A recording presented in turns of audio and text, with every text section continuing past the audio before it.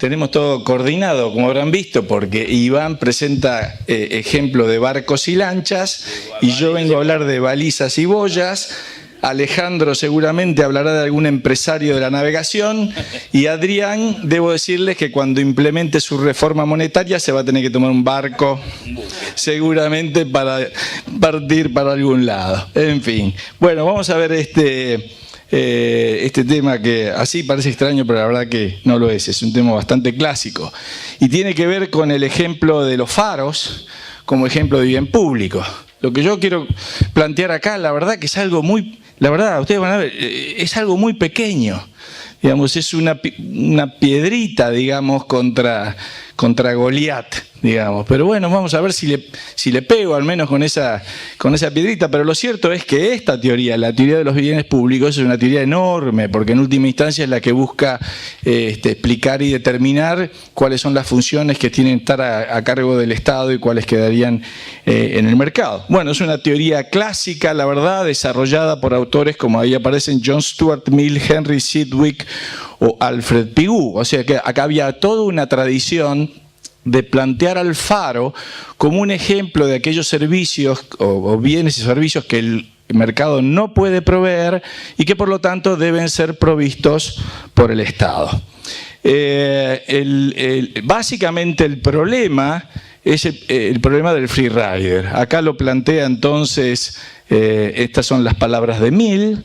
Voy a traducir brevemente, ya que es imposible que los barcos en el mar que son beneficiados por un faro se les haga pagar un peaje cuando lo utilizan. Nadie va a construir faros por motivos de interés personal, a menos que sea indemnizado o compensado por una tasa compulsiva que cobra el Estado. Esa es la esencia, digamos, del problema del free rider y por qué entonces el argumento de que estos bienes no serían provistos por el mercado. Esta es una de las primeras características de los bienes públicos, que tiene otra que va a ser completada por Samuelson. Es decir, la primera es no exclusión, no se puede excluir al que no paga, por lo tanto todos vamos a ser usuarios gratuitos o colados en nuestro lenguaje. La otra, la que plantea Samuelson, es que además, la verdad es que tampoco tiene sentido estar excluyendo a alguien, porque no hay rivalidad en el consumo, porque el consumo de uno no reduce el consumo de otros, o en términos más técnicos, porque un usuario adicional tendría un costo marginal de cero y que por lo tanto no tiene ningún sentido excluirlo tampoco, asumiendo de que es un bien disponible, digamos, para todos ellos. Bueno, esta es la conclusión de Samuelson al respecto, de que esta es, por cierto, la clase de actividad que los gobiernos naturalmente llevarían adelante. Bueno, esto por supuesto que se transformó en la teoría mainstream, y yo creo que en el fondo la intención de Samuelson era tratar de resolver en última instancia en forma científica la discusión de la política, porque una de las grandes discusiones de la política es qué es lo que el Estado tiene que hacer o no tiene que hacer. Y Samuelson, la verdad que en cierta forma pensó, bueno, si yo pudiera definir esto en forma científica, se acabó la discusión. Y por eso creo que desarrolla con mayor grado de precisión esta teoría. Bueno, esta historia es conocida por muchos de ustedes. Aparece este señor que se llama Ronald Coase, quien plantea que en verdad hay dos temas a resolver acá. Uno que es la provisión y otra que es el financiamiento. Y debo decir que en los autores anteriores es bastante probable que tuvieran una visión, como vamos a ver más adelante, distinta de cómo debía ser la provisión de faros y el financiamiento de los faros, tal vez por la época también en la cual cada uno de ellos estaba escribiendo. Coase se pregunta entonces si la provisión y el financiamiento estatal es la única posibilidad. Y entonces en ese famoso artículo que aparece allí citado, plantea lo que básicamente es la historia de los faros en Inglaterra. Brevemente, para los que no conocen la historia, los faros en Inglaterra eran provistos por esta institución que se llama Trinity House, que tiene una larga historia originada ya por la Edad Media, que era básicamente un gremio de marinos y que tomó a su cargo la provisión de faros. Algunos de ellos los subcontrataba con constructores y operadores privados y financiaba esa actividad de los faros con una tasa que se cobraba a los barcos en los puertos. Trinity House aún hoy es lo que en Inglaterra se llama la General Lighthouse Authority, es decir, está a cargo de todos los faros en Inglaterra y sigue manteniendo una función de caridad que además viene de aquellas épocas en las cuales era ese gremio. Y en la actualidad también en Inglaterra se financian los faros con estos que se llaman Light Sea Dues, es decir, con derechos que pagan los barcos mercantes cada vez que llegan a los puertos en relación al tonelaje del barco. Bueno, esta es la descripción de Coase, y en el artículo Coase en algún momento plantea o presenta esto como un sistema privado de provisión de faros y como un contundente golpe, digamos, a la visión de Samuelson, quien en verdad en su teoría planteaba que esto era imposible que esto pudiera existir. Digamos, la gran respuesta de Coase es: usted dice que esto es imposible, yo me fui a estudiar la historia de los faros en Inglaterra y ahí está, fueron privados por 350 años. ¿Qué dice su teoría al respecto? Bueno, esa es la discusión tradicional entre Coase y Samuelson, pero yo quiero traer otra ahora, que surge después de lo de Coase. Y algunos autores cuestionan si verdaderamente lo que mostró Coase es un sistema privado. Y acá hay dos tipos de cuestionamiento. Uno, llamémosle, hay una profesora de Cambridge que dice, bueno, esto no era porque un sistema privado, porque Trinity House era non-profit.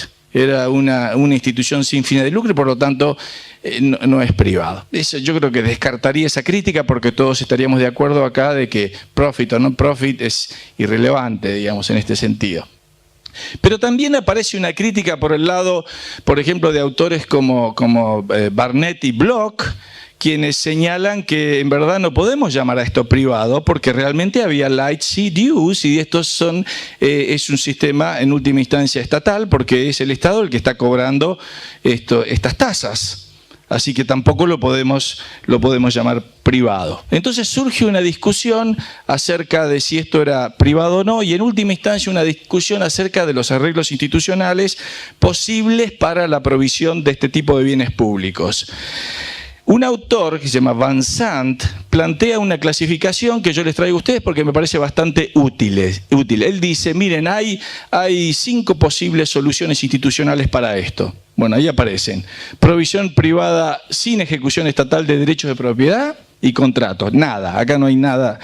Provisión privada con ejecución gubernamental de derechos de propiedad y contratos solamente.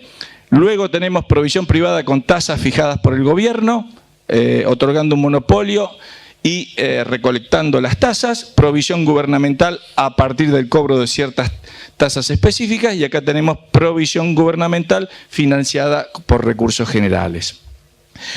La historia de Coase y Trinity House es 3. Lo que tiene en mente Samuelson es alguna de estas 2, 4 o 5. Pero todos estos autores dicen, bueno, 3, 4, 5, Coase dice, yo mostré que hay ejemplos de estos hay muchos, casi todos los países, los Estados Unidos, Canadá, Australia son 4, Chile, por ejemplo, es 5, a lo sumo lo que encontramos en el mundo es 3, 4 o 5. Bueno, muy bien, hasta ahí parecía seguir la discusión. Es más, ellos empezaron entonces a imaginar, acá están Bloch y Barnett, ese es Van Sant, empezaron a imaginar, bueno, ¿y cuáles podrían ser potenciales soluciones que no fueran 3, 4 o 5? Claro, estaban escribiendo en otra época. Van Sant plantea 2, algunas de esas un poco divertidas. Bueno, uno, el proveedor de faros podría mandar un bote que cuando lo deja ahí en el agua y cuando viene un barco, el bote lo para y le dice, mire, me tiene que pagar para que yo le prenda el faro. Y la otra sería que se comunicara por radio y le dijera, por favor, me prende el faro, y entonces lo contrata directamente. Bloch y Barnett plantean una alternativa distinta, interesante también, que sería, bueno, probablemente los faros podrían ser provistos por las compañías de seguros. que para evitar los siniestros, digamos, y los daños que pudieran ocurrir, estarían interesadas en poner faros. Puede ser. La verdad que así todo, digamos, y lo planteo esto no directamente relacionado con nuestro tema, la tecnología moderna y el avance, digamos, de la innovación emprendedora ha vuelto irrelevantes incluso los faros, porque ahora todos usamos GPS y se acabó, no hace falta mucho ni faro ni nada de eso. Pero así todo es importante en la historia, así que sigamos con ella. Yo voy a mostrarles ahora, y vuelvo para atrás. Entonces, los autores dicen, hubo esto, hay esto. No hay ningún ejemplo de 1 y 2. Lo mío ya le dijo, es pequeñito. Yo voy a mostrar un ejemplo de 2. Y acá, cerca. Y el ejemplo de 2 es el siguiente. Bueno, para los que no son de aquí, comento. Esto es el Río de la Plata, digamos, que es la desembocadura en realidad del río Paraná, que recorre 4.500 kilómetros desde Brasil. Acá está Buenos Aires, acá está Rosario. El río Paraná pasa por acá, es el que lo han visto ustedes acá enfrente, y desemboca en un delta, que es esta zona de acá, con múltiples islas y ríos. Acá en el Río de la Plata hay un canal donde va la navegación comercial, fundamentalmente, y hay otro canal costero donde va básicamente algo de navegación comercial, pero mucho de la enorme cantidad de barcos de placer, digamos, que salen a navegar por esta zona. Allí se ve la foto de allá. ¿Cuál es la historia que encontramos acá? Encontramos que en esta zona, bueno, voy a volver para atrás, pero en esta zona de acá, que es la zona que navegan los barcos estos, sobre todo, alrededor de los años 80, a fines de la década del 80, no había ningún tipo de señalización en el agua. Es decir, esto era una función que tenía que cumplir el Estado, se llama el Servicio de Hidrografía Naval. No había nada, había barcos hundidos, era un peligro. La navegación en el Río de la Plata, otro dato que presento, es peligrosa porque es un río llano y por lo tanto muy poco profundo. Entonces hay que tener buena información por dónde navegar, porque si no uno se queda varado ahí y no sale más. Entonces no había nada. ¿Qué es lo que pasó? 2 clubes náuticos decidieron ponerse de acuerdo y decir, nosotros lo vamos a hacer.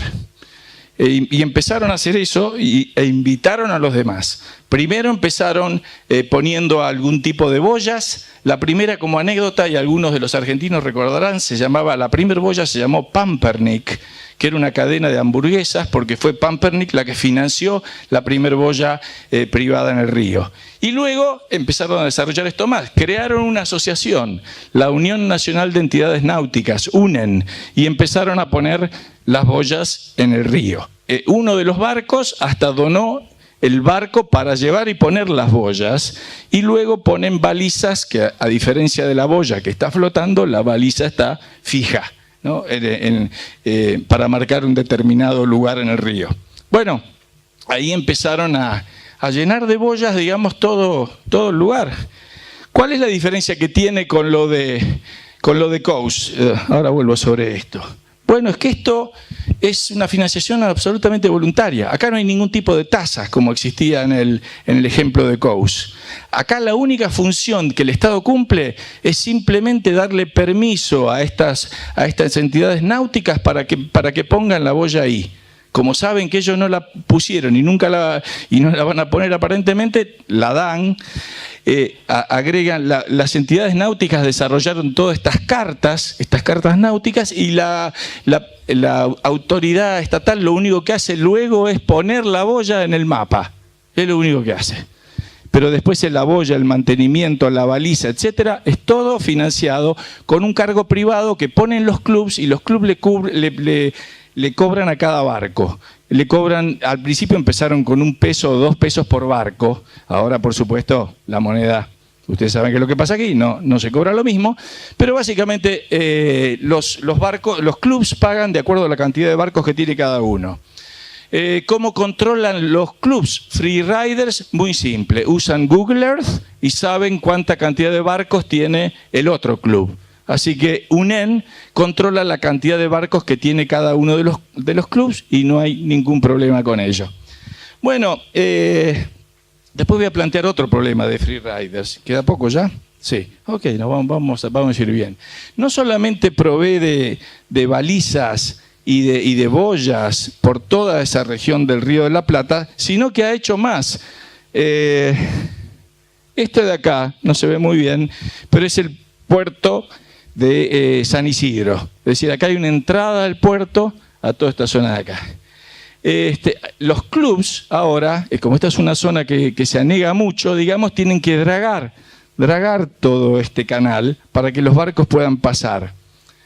Lo más increíble de la historia es que tienen que dragar el canal para que pase el barco de la prefectura. Porque la prefectura es la autoridad, es la Coast Guard, digamos, y que está por acá, por esta zona, y la prefectura le pide a los clubes privados, por favor, drague esto, porque si no nosotros no podemos pasar. Entonces, no solamente estos clubes están realizando esa tarea para sí mismos, sino que además le dan el servicio al Estado de algo que el Estado no se puede conseguir por sí mismo. Entonces, UNEN, como ya les digo, se financia de esa forma. ¿Hay free riders? Sí. Aproximadamente UNEN tiene alrededor de unos 6.000 barcos, pero aparentemente hay como 12.000 más que no están dentro de UNEN y que son básicamente de barrios privados que tienen acceso al agua y que donde hay lanchas o embarcaciones de todo tipo, y los barrios privados no pagan, hasta ahora no pagan y no son miembros de esa UNEN. Sin embargo, las boyas ahí están, el sistema está y la baliza está. Podría argumentarse de que, claro, si el Estado tuviera el poder de coerción para cobrarle estos free riders, ¿habría un sistema mejor? Bueno, tal vez, pero esa es la falacia de Nirvana. Lo cierto es que esta gente fue a llenar ahí un lugar que el Estado no había brindado para nada, en absoluto. ¿No es perfecto? No, perfecto no es, pero funciona en forma absolutamente voluntaria. Entonces, de lo que se trata en última instancia es de hacer un análisis, como lo había empezado a hacerlo Coase, un análisis institucional comparativo, no con un ideal de que el Estado podría cobrar compulsivamente una tasa y por lo tanto haber un sistema mejor. Cuando lo tenía el Estado no había nada. Ahora el sector privado, en forma imperfecta, pero muy útil en este sentido, ha llenado toda esa zona, debo decir, hasta el Uruguay, hasta enfrente de boyas y de balizas. Entonces, creo que este pequeño ejemplo llena un vacío que había quedado ahí pendiente en el artículo de Coase, en el sentido de que había dudas acerca de si lo que estaba planteando Coase podría ser llamado privado o no. En este caso claramente lo es privado y es voluntario. ¿Podría ser mejor? ¿Cómo podría? Porque esto plantea temas hacia el futuro. ¿Cómo podría resolver el problema de los free riders? Bueno, la verdad que muchos sabemos acá la respuesta de esto. Es bastante probable, aunque que pudieran, si tuvieran derecho de propiedad sobre el curso de agua, pudieran excluir a los que no pagan. Ahora el problema que se les presenta es que no pueden excluir a los que no pagan y por lo tanto tienen la capacidad de ser free riders. ¿Hacia dónde va a evolucionar esto? Es algo que me parece interesante, por lo menos desde mi perspectiva, seguirlo, pero no sé para dónde va a ir. A lo mejor los clubs, como encuentran que los otros no pagan, ellos mismos llaman al Estado para que lo tome y para que le cobre a esos que son free riders. Por ahora no lo han hecho, no les molesta y son unos caballeros. Y cada vez que hace falta algo, los clubs van y ponen los barcos y arreglan esto y arreglan lo demás allá. Nunca han hecho nada de eso. Pero no sé, a lo mejor termina en eso, o a lo mejor se avanza hacia algún tipo de derecho de exclusión que puedan obtener por parte de la autoridad, es decir, algún tipo de derecho de propiedad que les permita evitar el problema de los free riders. No sé, entiendo que esos son tal vez los dos caminos, pero me parece un ejemplo interesante en esto acerca de la posible provisión privada de bienes públicos, que este es un ejemplo menor, pero que la idea se extiende, por supuesto, luego a todo tipo de bienes públicos en una medida u otra. Bueno, muchas gracias. Muchas gracias, Martín.